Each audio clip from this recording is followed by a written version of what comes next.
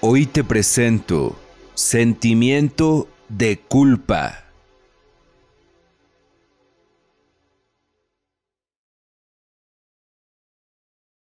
El sentimiento de culpa es un potencial excesivo en su aspecto puro. El hecho es que en la naturaleza no existen conceptos tales como bien y mal. Para las fuerzas equiponderantes, los actos buenos y los malos son equivalentes. El equilibrio se establece en cualquier caso cuando surge un potencial excesivo. ¿Has actuado mal? ¿Te das cuenta de ello? ¿Sientes la culpa? Hay que castigarme. Creas el potencial. ¿Has actuado bien? ¿Te das cuenta? ¿Sientes orgullo por ti?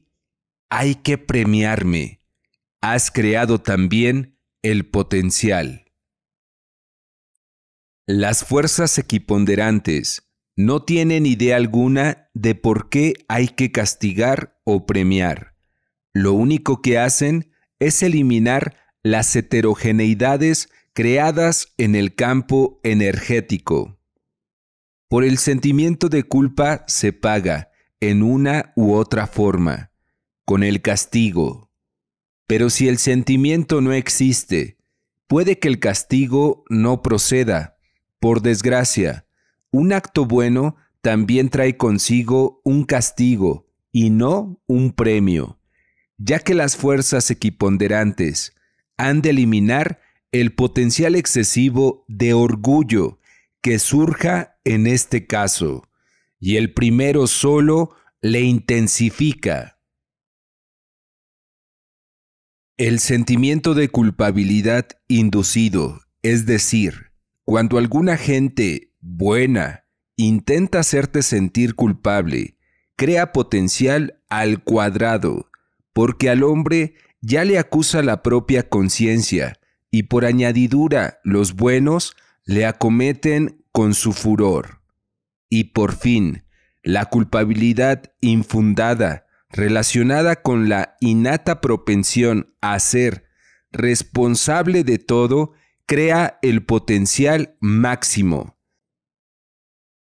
En este caso, no hay que sentir remordimientos de conciencia en absoluto. La causa es inventada simplemente. El complejo de culpabilidad puede estropear considerablemente la vida, pues el hombre siempre está expuesto a la acción de las fuerzas equiponderantes, es decir, a castigos de todo tipo por culpas imaginarias. Esta es la razón de este dicho: la insolencia es la segunda felicidad. Como regla general, las fuerzas equiponderantes no afectan a quienes no sienten remordimientos de conciencia. Aún así, todos querríamos que Dios castigase a los canallas. Podría pensarse que la justicia debe triunfar y el mal ser castigado. Sin embargo, la naturaleza no conoce la sensación de justicia, por muy lamentable que sea. Al contrario, a las personas honradas con un innato sentimiento de culpa se les lanza continuamente nuevas desdichas, y a los malvados, desvergonzados y cínicos frecuentemente les acompaña no solo la impunidad, sino también el éxito. El sentimiento de culpa siempre crea el guión de castigo, sin que seas consciente de ello. Según este guión, tu subconsciente te hará pagar. En el mejor de los casos, te harás una cortadura, o recibirás golpes leves, o tendrás problemas. En peor, puedes sufrir un accidente con graves consecuencias. Es lo que hace el sentimiento de culpa. Solo encierra destrucción, nada de útil ni creativo. No tienes que atormentarte con remordimientos de conciencia. Eso no te ayudará a resolver tus problemas. Es mejor que actúes de manera que luego no debas sentirte culpable. Y si te sientes culpable por tus actos, sufrir en vano tampoco tiene sentido, ya que eso a nadie hará feliz.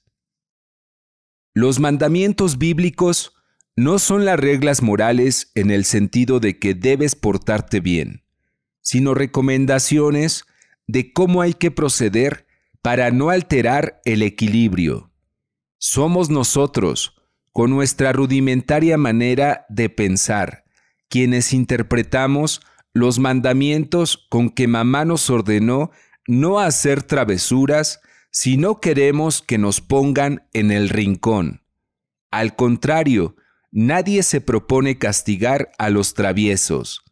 Al romper el equilibrio, las personas crean sus propios problemas y los mandamientos solo les advierten de ello.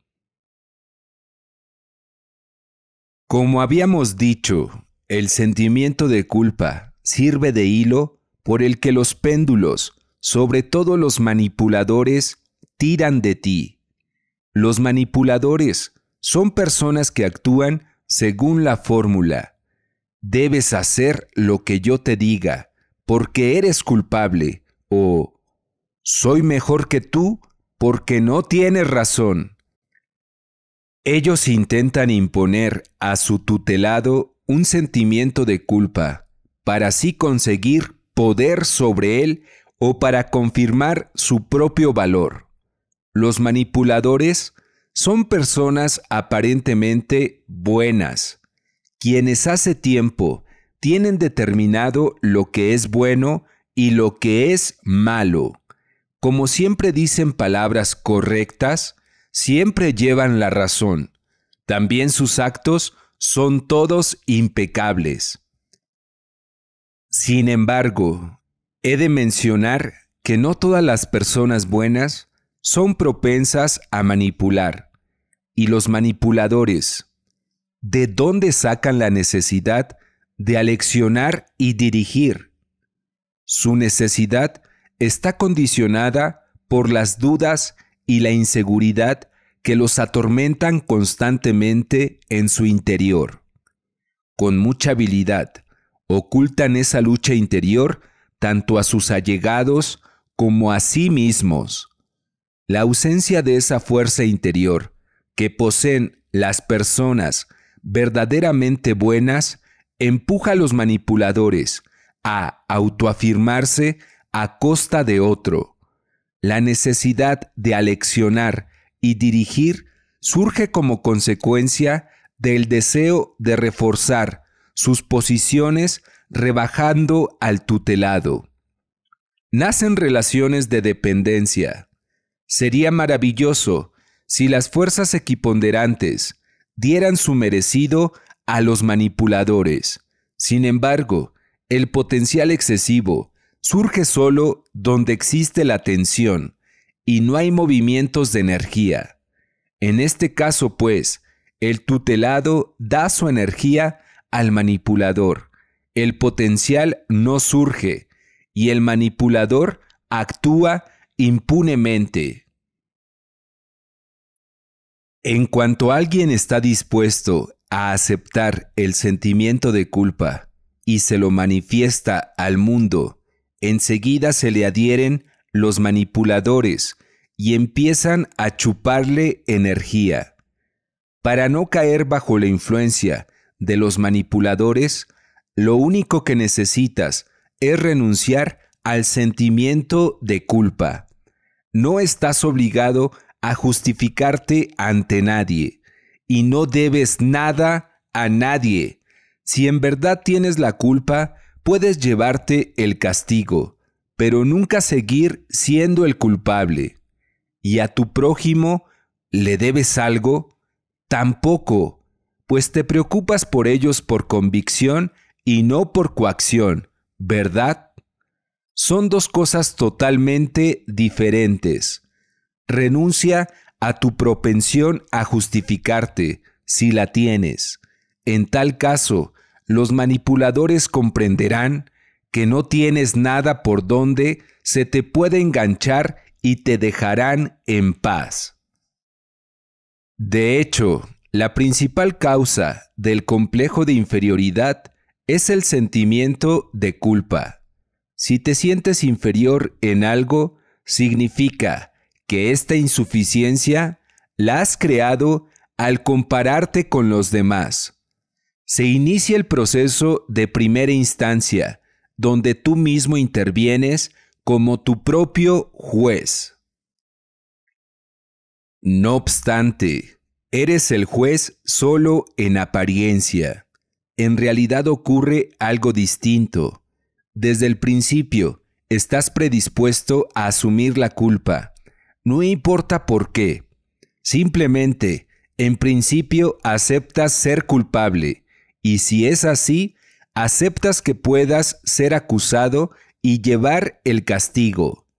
Al compararte con los demás, les otorgas el derecho de ser superiores a ti. Ten en cuenta que tú mismo les diste este derecho. Les has permitido suponer que son mejores que tú. Lo más probable es que ellos no lo piensen, pero tú mismo lo has decidido, así e intervienes, como tu propio juez en nombre de los demás. Resulta que ellos te juzgan, pero tú mismo te entregaste a los tribunales. Recupera el derecho de ser tú mismo y levántate del banquillo de los acusados. Nadie se atreverá a juzgarte si tú mismo no te consideras culpable. Solo tú, por propia voluntad, puedes dar a los demás el privilegio de ser tus jueces. Puede que todo lo que te digo parezca una demagogia huera, puesto que si uno tiene algún defecto real, siempre habrá gente que lo notará. Exactamente, lo sabrá, pero solo en el caso de que perciban tu predisposición a cargar con la culpa de tus imperfecciones. Si admites que eres peor que los demás, aunque sea por un instante, la gente lo sentirá seguro. Por el contrario, si estás libre del sentimiento de culpa, a nadie se le ocurrirá autoafirmarse a costa tuya. Aquí podemos observar un efecto muy sutil que produce el potencial excesivo sobre el ambiente energético circundante. Viéndolo todo desde el punto de vista del sentido común, resulta difícil de creer en su totalidad. Y yo no puedo demostrar nada usando solo palabras. Si no lo crees, compruébalo. Existen otros dos aspectos interesantes del sentimiento de culpa: el poder y la valentía. Las personas con sentimiento de culpa siempre se someten a la voluntad de aquellos que carecen de él. Si potencialmente estoy dispuesto a aceptar el hecho de ser culpable siquiera de algo, subconscientemente estoy dispuesto a llevar un castigo, lo cual significa que estoy listo para la sumisión. Y si no tengo sentimiento de culpa, pero sí la necesidad de confirmar mi propio valor a costa de otros, estoy dispuesto a ser manipulador. Con todo eso, no quiero decir, en absoluto, que todo el mundo se divida en manipuladores y marionetas. Solo te sugiero que prestes atención a la regularidad simplemente. En los señores y gobernadores, el sentimiento de culpa está desarrollado en un grado menor o no existe en absoluto. La culpa es ajena a los cínicos y otra gente deshonesta. Pasar sobre las cabezas o los cadáveres es su método. No es de extrañar que, con frecuencia, lleguen al poder personas sin escrúpulos, Pero eso tampoco significa, en absoluto, que el poder sea malo y todos los individuos que estén en el poder sean malos. Puede que tu suerte también consista en ser favorito de un péndulo. Cada uno decide por sí mismo cómo sopesar su conciencia. Aquí nadie tiene derecho de indicártelo.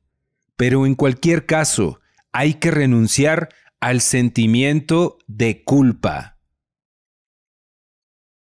El otro aspecto, la valentía, es un indicio claro de ausencia del sentimiento de culpa.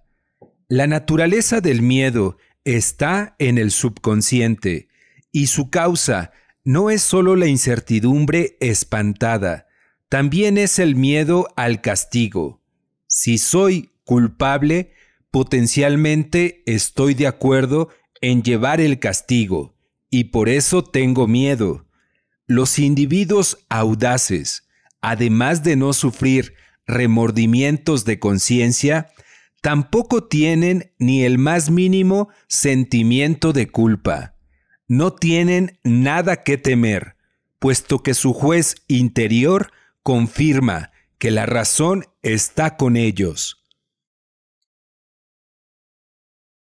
A una víctima miedosa, al contrario, le es muy propia otra postura. No estoy seguro de actuar bien, me pueden acusar, cualquiera puede castigarme. El sentimiento de culpa, aunque sea muy pequeño y esté bien escondido, abre al castigo las puertas del inconsciente. Si yo siento culpa, quiere decir que potencialmente estoy de acuerdo en que un saqueador o delincuente tenga derecho de atacarme, y por eso yo tengo miedo. La gente inventó un método muy curioso para dispersar el potencial excesivo de la culpa: pedir perdón. Y eso funciona de verdad. Si uno lleva dentro el sentimiento de culpa, significa que está reteniendo la energía negativa, y eso aumenta el potencial excesivo. Al pedir perdón, la persona se desprende del potencial y permite que la energía se disipe. Rogar del perdón, reconocer los propios errores, hacer penitencias por los pecados, confesarse, todos son métodos para liberar el potencial de la culpa. Al expedirse la indulgencia de uno u otro modo, el hombre se libera de la acusación creada por él mismo y se siente mejor. Solo es necesario cuidar que el arrepentimiento no se convierta en dependencia de los manipuladores, pues es exactamente lo que ellos esperan. Al pedir perdón, reconoces tu error a fin de quitarte el potencial de encima. Los manipuladores intentarán recordarte este error más de una vez, incitándote a conservar el sentimiento de culpa. No te dejes provocar. Tienes derecho de pedir perdón por un error solo una vez, la única y la última. Renunciar al sentimiento de culpa es el modo más eficaz de sobrevivir en un ambiente agresivo. En la prisión, en una banda, en la mili, en la calle. Por algo en el mundo criminal funciona una regla tácita. No creas a nadie, no temas nada, no pidas nada a nadie. Esa regla exhorta a no crear potenciales excesivos. En el sentimiento de culpa se basan los potenciales que pueden hacerte un mal servicio en un ambiente agresivo. Puedes cuidar tu seguridad demostrando tu fuerza. En un mundo en el cual solo sobrevive el más fuerte, eso funciona. Pero es un método demasiado general para poder aplicarlo a cualquier asunto. Más eficaz resulta el método por el cual excluyes del subconsciente cualquier probabilidad de castigo potencial. Como ilustración podemos ver el siguiente ejemplo. En la ex Unión Soviética, a los presos políticos se los encarcelaba intencionalmente junto con los delincuentes, a fin de doblegar su voluntad. Pero resultaba así que muchos presos políticos, siendo personas extraordinarias, no solo no se convertían en víctimas de humillación, sino que ganaban prestigio entre los delincuentes. El caso es que la independencia personal y la dignidad siempre se aprecian más que la fuerza. Muchos tienen fuerza física, pero una personalidad fuerte es un fenómeno poco común. La llave de la dignidad propia está en la ausencia de cualquier sentimiento de culpa. La auténtica fuerza personal no consiste en la capacidad de agarrar a alguien por el cuello, sino en el grado en el que el individuo puede permitirse a sí mismo permanecer libre del sentimiento de culpa. El célebre escritor ruso Anton Pavlovich Chekhov decía: «Gota a gota exprimo de mí al esclavo». Esta frase destaca el propósito de liberarse del sentimiento de culpa. Librarse significa luchar. Sin embargo, en el transurfing no hay lugar para la lucha, ni para una actitud de fuerza contra uno mismo. Se prefiere otra cosa, renunciar, es decir, elegir. No tienes necesidad de exprimir de ti el sentimiento de culpa. Bastará con que te permitas vivir según tu propio credo. Nadie tiene derecho de juzgarte. Tienes derecho a ser tú mismo. Si te permites a ti ser tú mismo, la necesidad de justificarse pierde vigencia y el miedo al castigo se esfumará. Es entonces cuando pasará algo verdaderamente asombroso. Nadie se atreverá a ofenderte. Donde quiera que estés, en la prisión, en la mili, en una banda, en el trabajo, en la calle, en un bar, en cualquier sitio, nunca más te encontrarás en una situación donde alguien te amenace con la violencia.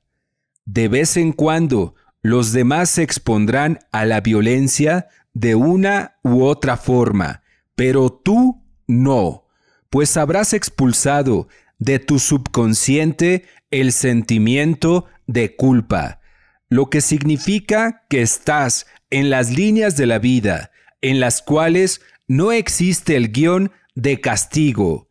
Así es.